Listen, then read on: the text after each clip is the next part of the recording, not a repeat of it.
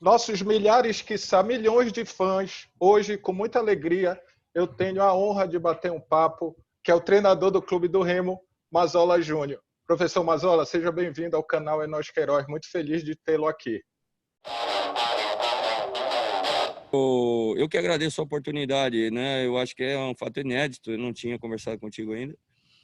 Eu que agradeço a oportunidade, vamos bater um papo legal aí. Beleza.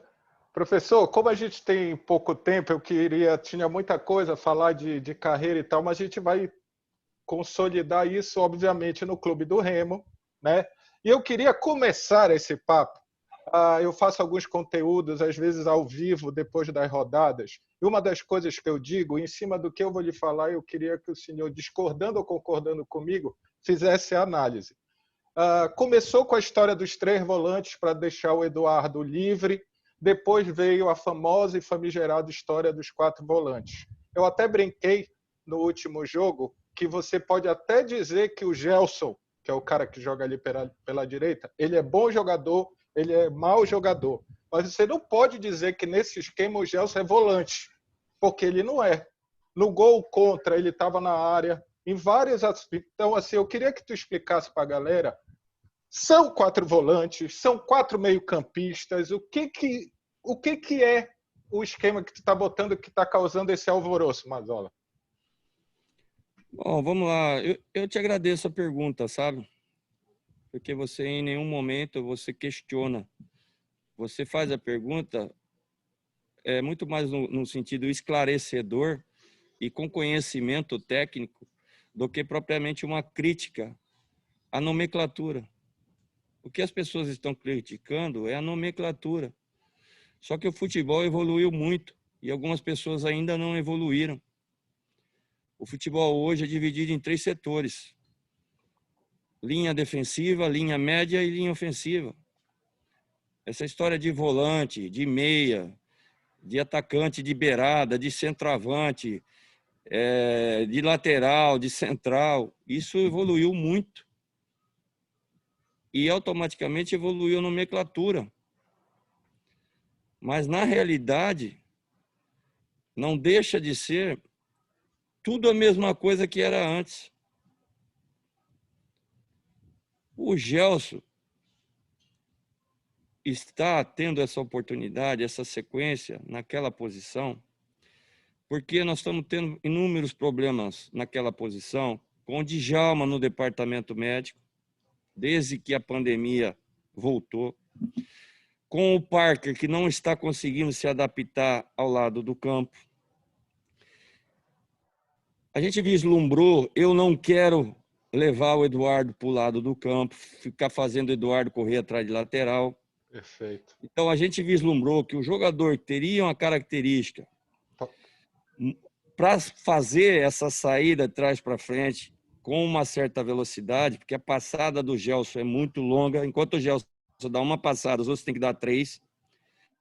A gente vislumbrou essa situação. Está passando por um processo de adaptação, porque ele nunca jogou assim. Eu tive um jogador no Criciúma com as mesmas características do Gelson, que fez essa função para mim no Criciúma, que também nunca tinha feito, e hoje está na Série A. Se chama Marlon Freitas. Uhum. Certo? Do outro lado, nós tínhamos a ideia de iniciar com um losango, com um volante canhoto, que fizesse e ocupasse aquele espaço junto com o lateral. Ok? Perfeito. E o atacante trabalharia, o atacante nosso de velocidade, o atacante externo, trabalharia daquele lado, para que abrisse o corredor aqui do lado direito para o médio direito, no caso, o Gelson, o Djalma, o Parker, seja lá quem for. Mas na frente do lado esquerdo, a gente colocaria um atacante de velocidade. Só que nós tivemos problemas com esse atacante de velocidade. Certo? Então, nós tivemos que ampliar a segunda linha, ao invés de 3 médios, para 4 médios, até que nós possamos resolver os problemas físicos que tivemos com o T. Charles, com o Zé Carlos, certo? Agora estamos tendo com o Júlio.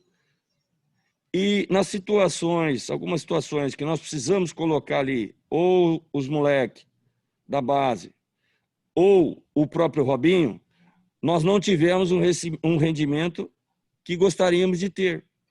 Deu para notar isso. Então foi por causa disso que a gente optou por uma segunda linha com 4 homens e não com apenas 3.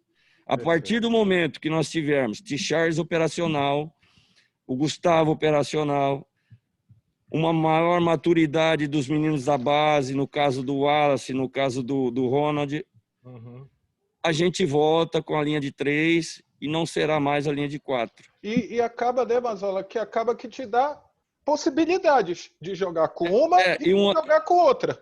Sim, uma outra situação também, o Júlio sempre foi médio ofensivo. Quando ele subiu para o profissional do Coritiba, que o treinador era o mesmo treinador dele da base, que trouxe o Júlio, o Sandro, que inclusive foi meu inquilino em Campinas agora, o ano passado, que ele era treinador do Sub-20 da Ponte Preta. O Sandro trouxe o Júlio um pouco mais para trás, porque o Sandro jogava no 4-1-4-1. E o Júlio era um desses médios internos. Que construiria entendeu? Pelo meio, né? Então, e ele tem facilidade de jogar tanto por dentro como aberto. Como nós estamos com esse problema no atacante de velocidade daquele lado, a gente optou por colocar o Júlio, e eu acredito que a adaptação do Júlio será muito mais rápida do lado do campo do que está sendo do Gelson. E assim, só para te deixar claro, nos conteúdos, inclusive na primeira partida televisionada, onde colocaram um alvo no Gelson, botaram um alvo, eu falei, cara, eu devia estar vendo outro jogo, porque eu acho que o Gelson não jogou do jeito que as pessoas estavam falando. Até porque, nesse primeiro jogo, ele perde um gol, mas ele estava ali. Ele mete uma bola na trave numa parceria com o Eduardo, e ele dá uma enfiada de bola, enfim. Ele estava se adaptando, mas você via qualidades ali. Então, e aí eu até brinquei na última vez. Vocês podem falar o que quiser. Nesse sistema, ele não é um volante. Esqueçam isso. Critique a partida ou não. Outra coisa em cima de tudo isso, que tu adiantaste muita coisa, Mazola. Vendo o jogo contra o Castanhal, teve um momento no primeiro tempo, jogando de novo com os 4 meias, os 4 médios, que no primeiro tempo teve um take da televisão que eu fiquei muito bem impressionado, que apareceu certinho o balanço defensivo do teu time. Ninguém dando bote sem necessidade, fazendo aquele pêndulo, acompanhando a jogada. Eu fiquei muito bem impressionado. E não estou puxando seu saco, não, porque depois eu vou te fazer uma pergunta. Eu senti que tu estava pé da vida, é que eu imagino que tu queria mais o controle do jogo. Tá mais com a bola, já que tu tinha 4 caras que sabiam ficar com a bola, teve uma hora que tu ficaste meio pé, porque tu não estava conseguindo ter isso que era o que tu imaginavas. Eu tô falando muita besteira, independente de ser mais agressivo ou não. Fica com a porra da bola, que a gente tem qualidade para ficar com ela, cansar menos e o cara não ir até a gente. Eu queria te dar os parabéns, e não é, como você falou, de puxar saco, eu também não vou puxar seu saco, que eu não dependo de você, eu não preciso de você para nada. E eu acho que, infelizmente, as redes sociais e alguma parte, um percentual considerável da imprensa no Brasil, não é aqui em Belém, no Brasil, os comentários viraram muito comerciais. Você sabe do que eu estou falando. E quando você não tem uma assessoria, as coisas são deturpadas, são distorcidas de uma maneira muito mais fácil. Uma pessoa que entende futebol, que tem um mínimo de conhecimento do futebol moderno, do futebol atual, tem exatamente a mesma visão que você está tendo e que eu estou tendo. Não sei se eu me fiz entender, Queiroz.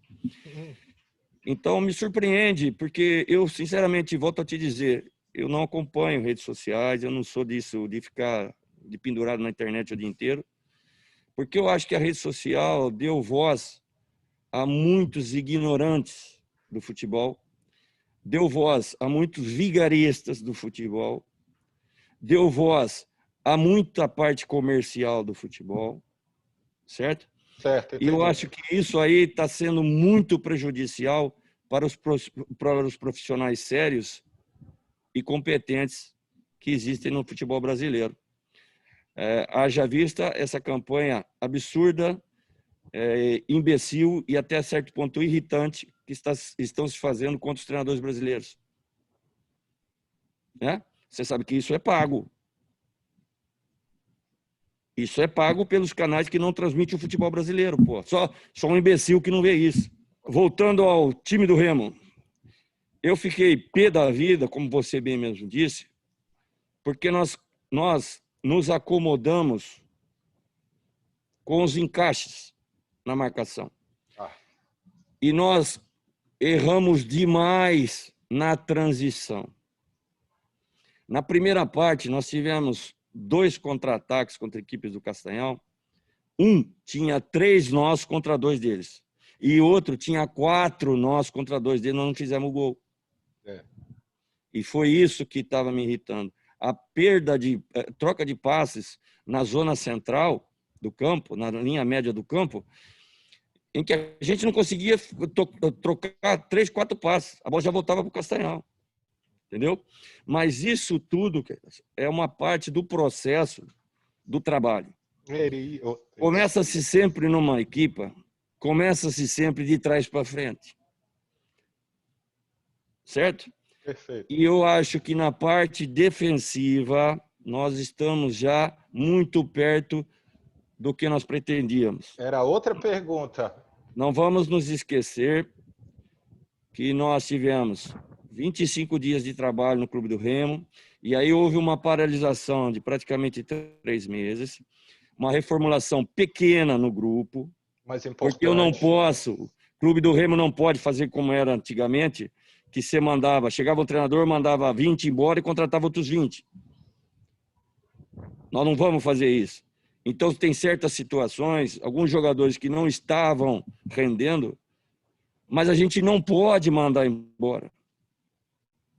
Nós temos que tentar resolver o problema, para não dar prejuízos imensuráveis para o clube, como o clube está tendo agora, que pagar 40% da sua receita dessas loucuras que foram feitas lá atrás.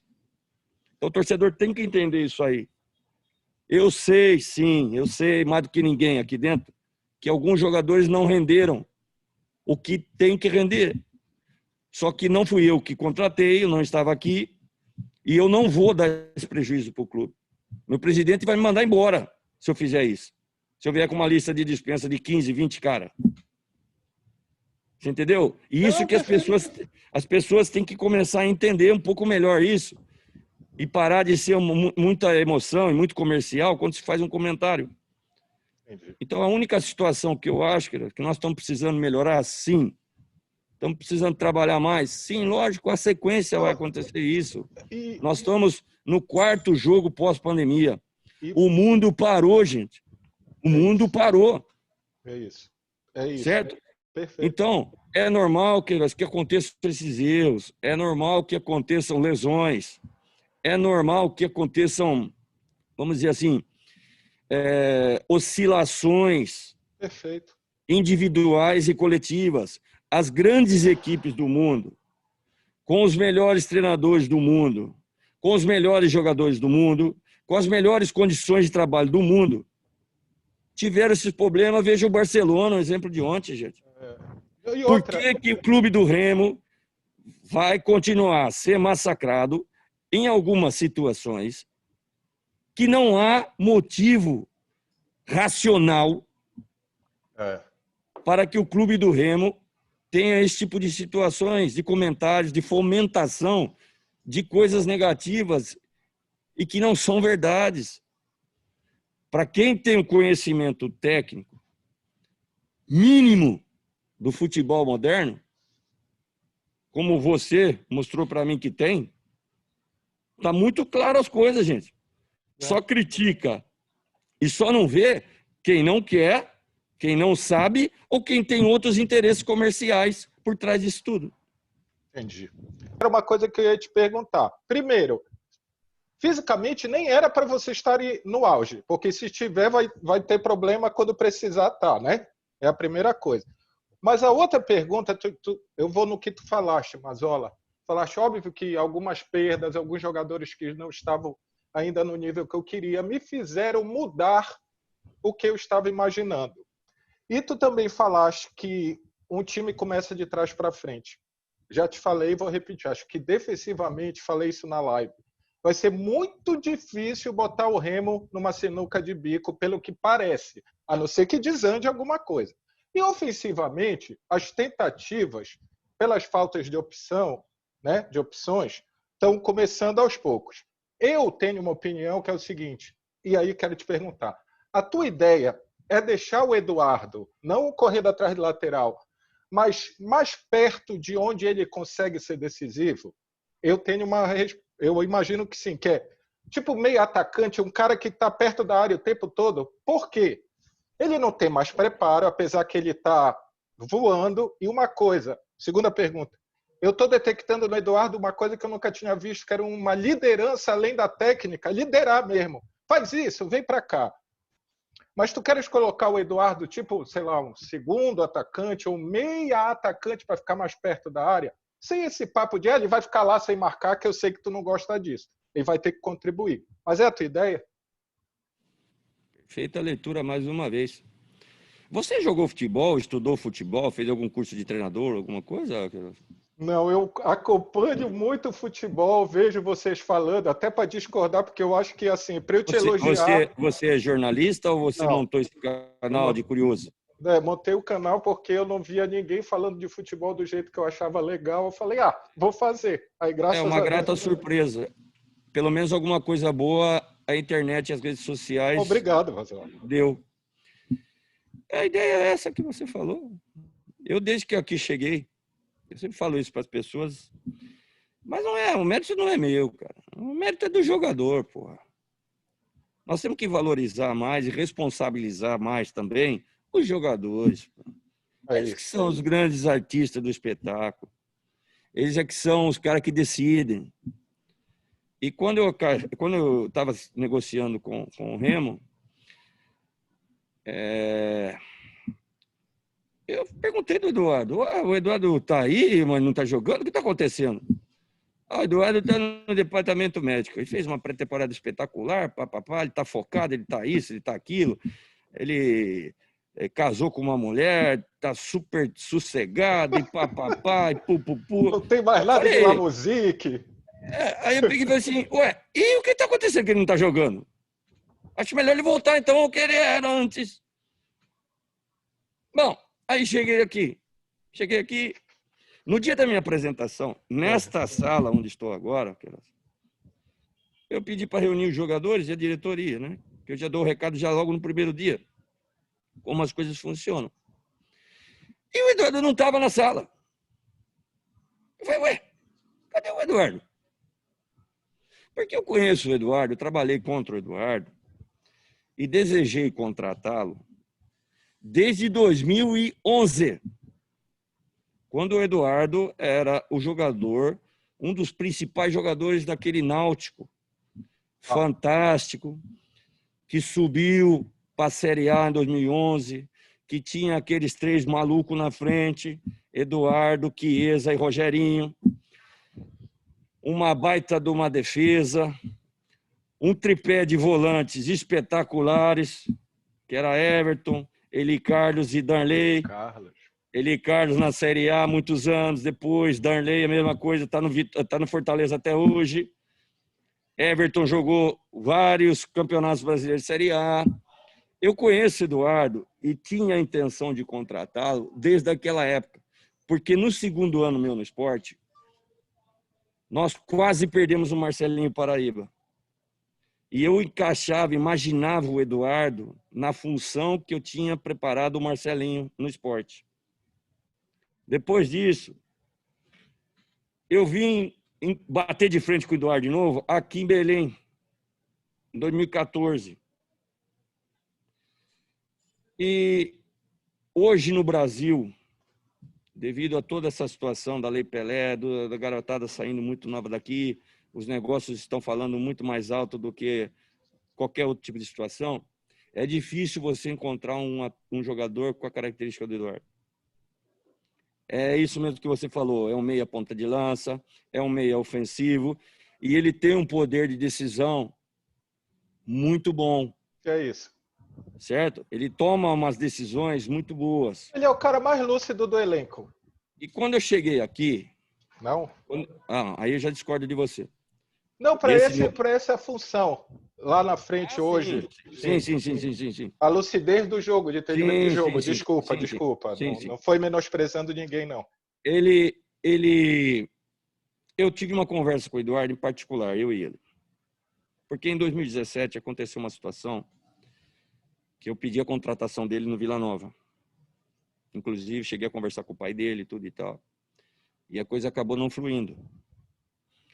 E eu perguntei a ele se ele se lembrava do trabalho que eu fiz com o Marcelinho Paraíba no esporte em 2011. Que quando eu assumi o profissional, o Marcelinho estava jogando machucado. O Marcelinho estava num momento muito ruim no esporte, porque tinha perdido o hexacampeonato, certo? E eu peguei e chamei o Eduardo no Náutico. Então o Eduardo acompanhou tudo o que aconteceu, até porque nós jogamos sob o meu comando várias vezes contra o Náutico. E o Eduardo falou, não, lembro, professor. Eu falei, você está disposto? Eu quero te recuperar igual eu recuperei o Marcelinho. Eu já tenho provas dadas disso. E já tenho provas dadas que eu gosto do seu futebol, porque eu já tentei te contratar várias vezes. Porque se você não render aqui, Eduardo, você vai ser dispensado. Porque o Remo não pode, nesse momento, arcar com um salário igual ao teu e você não jogar, você não produzir. Demos a mão, fechado. Nunca mais falei com ele. Nunca chegou atrasado. Está treinando uma intensidade gigante, parece um menino. Mudou seu comportamento perante o grupo. Isso deu para notar no jogo. Certo? E algumas situações que eu coloquei a ele foram situações que eu já vivi com jogadores do mesmo estirpe dele. Trabalhei com o Edilson Capeta, trabalhei com o Marcelinho Paraíba, trabalhei com o Gerson Magrão. Porra! Então, recuperei. Então, eu tenho certeza que o Eduardo está feliz, certo? Que ele está legal agora aí com a nova esposa, que ele está vivendo um outro momento da vida dele, da carreira dele, certo? Nós temos que usufruir disso. Exato. Porque se o Eduardo continuar a trabalhar dessa maneira e a se comportar dessa maneira como profissional, o Eduardo vai nos ajudar a voltar à Série B do Campeonato Brasileiro.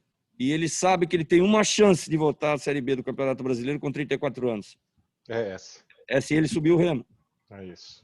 Eu queria te fazer duas perguntas. Uma, o que tu fizeste com o Eduardo é a tua confiança num cara que eu também acho que pode ajudar muito o Remo, se ele não for obrigado a ser o titular absoluto, e eu tenho certeza que um treinador como tu pensa igual, por isso que tu chamaste, que é o Zé Carlos. E eu disse que ele estava fora de condicionamento. Eu não disse que ele está gordo. Eu disse que ele parecia o seguinte, o cara recebe a bola, dá o tapa, só que ele sabe onde ele tem que estar para receber aquela bola, ele ainda não consegue chegar. Mas é muito melhor um cara melhorar fisicamente, sabendo o que tem que fazer, do que um cara que voa e não sabe onde ele está. Então é isso que tu estás esperando do Zé Carlos. Segura ele um pouco, melhora o condicionamento para a torcida ter paciência, porque todo mundo sabe que ele é goleador. E depois, para tu emendar e te liberar, te agradecendo, quem são os times que tu acha que nesse grupo do Remo e do Paysandu, além dos dois daqui, vão te dar mais trabalho? Fora todos. Vamos lá. Projeto Zé Carlos. O Zé Carlos estava um ano praticamente sem competir. Ele teve uma participação muito pequena no São Bernardo. Ele ficou um mês treinando só para perder peso. E depois, mais um mês, trabalhos específicos com bola. E acabou participando de 3 ou 4 jogos, 15, 20 minutos. na 2 de São Paulo. Num time que investiu muito para subir e, com certeza, se o campeonato continuar, vai subir o São Bernardo. Eu conheço esse jogador há muitos anos. E como você, mais uma vez, observou, artilheiro da Série B do Campeonato Brasileiro, salvou o Criciúma em 2018, quase subiu com o CRB em 2016, salvou o CRB em 2017 e não caiu de divisão. Nunca esteve tão magro, com percentuais e com peso igual está no momento aqui no Remo. Até que ele nunca foi fininho, né? Não é dele. Nunca foi fininho, certo? Mas o que está acontecendo? O Zé Carlos precisa de trabalhos específicos para recuperar o tempo parado. Ele já tem 37 anos, certo? E eu sei como treiná-lo. Era isso que eu queria saber. Certo? Com a carência que está de centroavantes, de homem-gols, o Zé Carlos me pediu para dar uma oportunidade para ele se recuperar e voltar a ser o Zé do gol aqui no Remo. Porque estava sentindo muita falta de jogar em time grande. Ele é movido muito a isso. Isso é bom. Muitas vezes, durante esses 4 anos que eu trabalhei com o Zé, muitas vezes, se você acompanhasse o trabalho dele durante a semana, você não o escalaria para o jogo. E chegava no jogo, ele decidia. Então, eu conheço muito bem o jogador. E o Remo, pela situação que está, o Remo concordou em fazer esse projeto com o Zé Carlos. Porque era um desejo do Remo há muitos anos que o Zé Carlos viesse jogar aqui. Mas só que até o ano passado o Zé Carlos não ia jogar a Série C, por dinheiro nenhum. Porque o Zé Carlos é um homem da Série B do Campeonato Brasileiro. É o maior marcador da história da Série B de pontos corridos.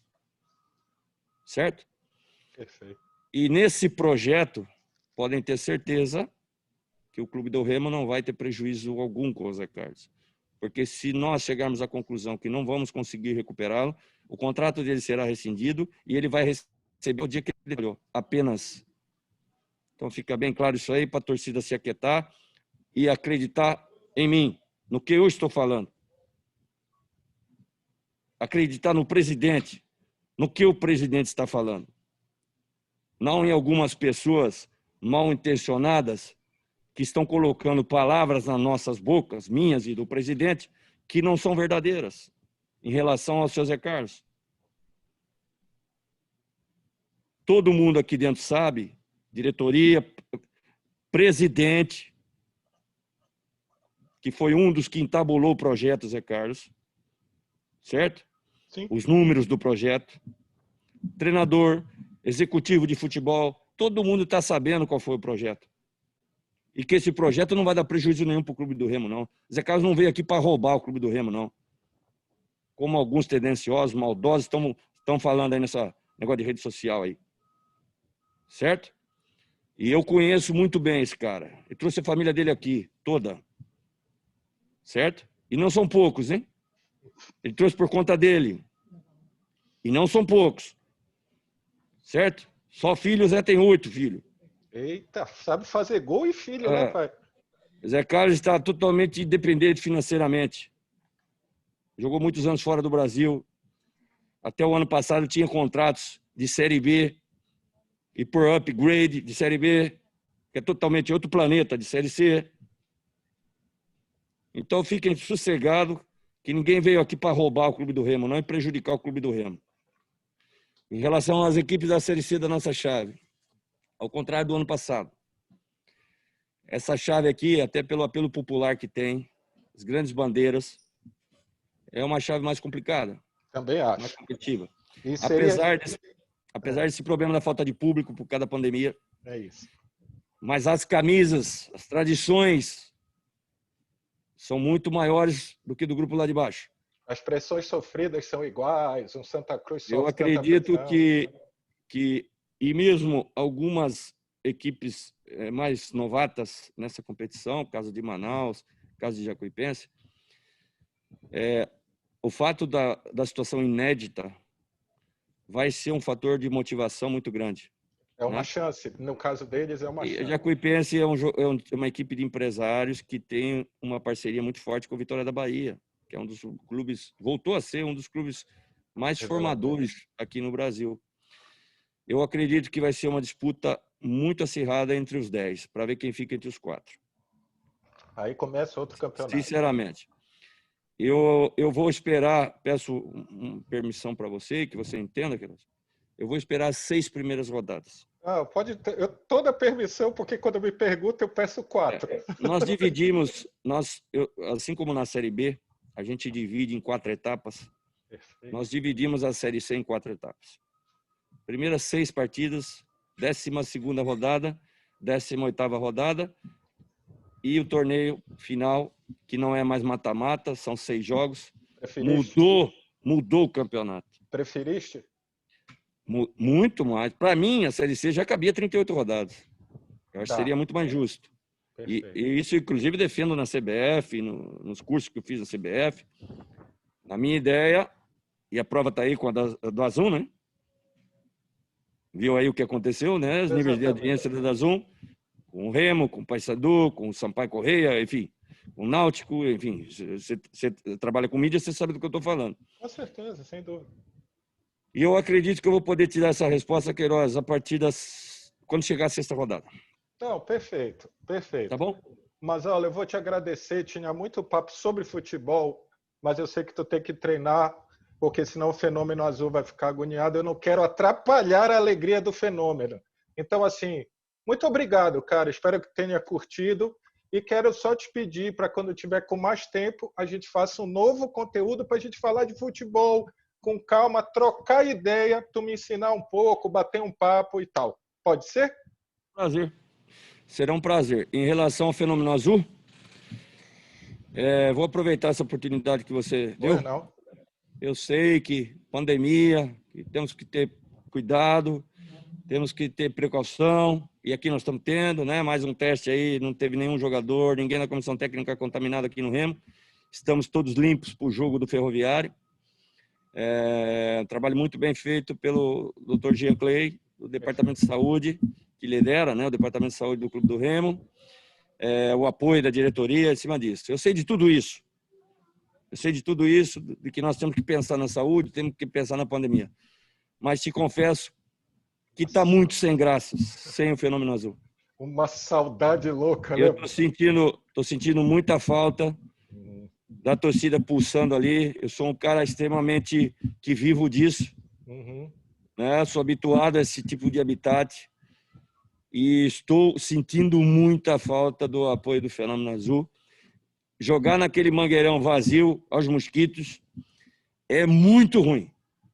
Muito ruim.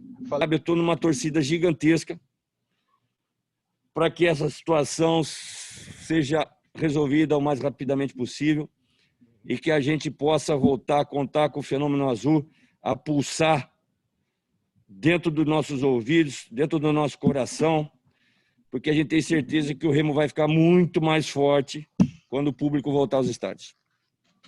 Obrigado, Mazola. Só uma coisa. Crítica ou babação de ovo à la Vontae? O que tu odeia mais?